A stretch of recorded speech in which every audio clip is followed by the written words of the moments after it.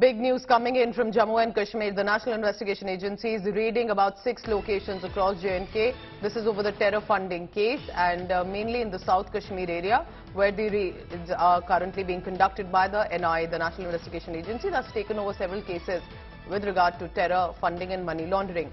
Jitendra Bahadur with the latest on that. Jitendra, good morning. ये क्या Kashmir valley में ही specifically जो है एनआई रेड्स हो रहे हैं, क्या रीजन बताए जा रहे हैं? तो पिछले कुछ दिनों से ऑलमोस्ट 3-4 दिन से रेगुलरली एनआईए के रेड्स हो रहे हैं J&K में।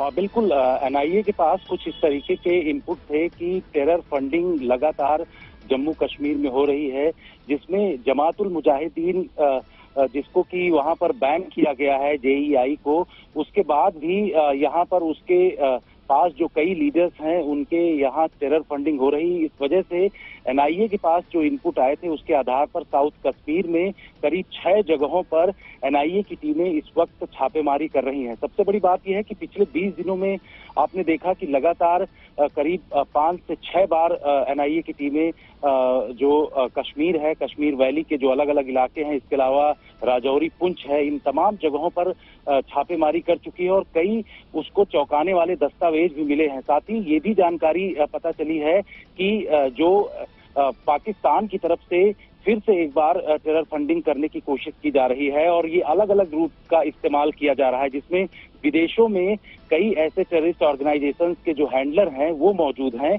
और उनके जरिए इस तरीके की टेरर फंडिंग की जा रही है। साथ ही जो स्यूडो ऑर्गेनाइजेशंस हैं जो कि लश्कर-ए-तैयबा और जैसे मोहम्मद से जुड़े हुए टेररिस्ट ऑर्गेनाइजेशन हैं, उनको भी दोबारा से खड़ा करने की कोशिश आतंकी संगठन कर रहे हैं।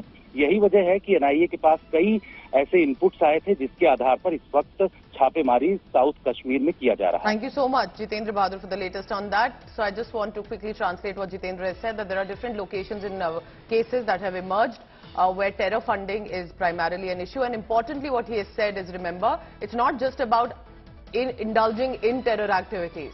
It's about funding terror, sheltering terror, any associate helping out terrorists. They are also now facing a crackdown by the NI. Jitendra, thank you very much for now.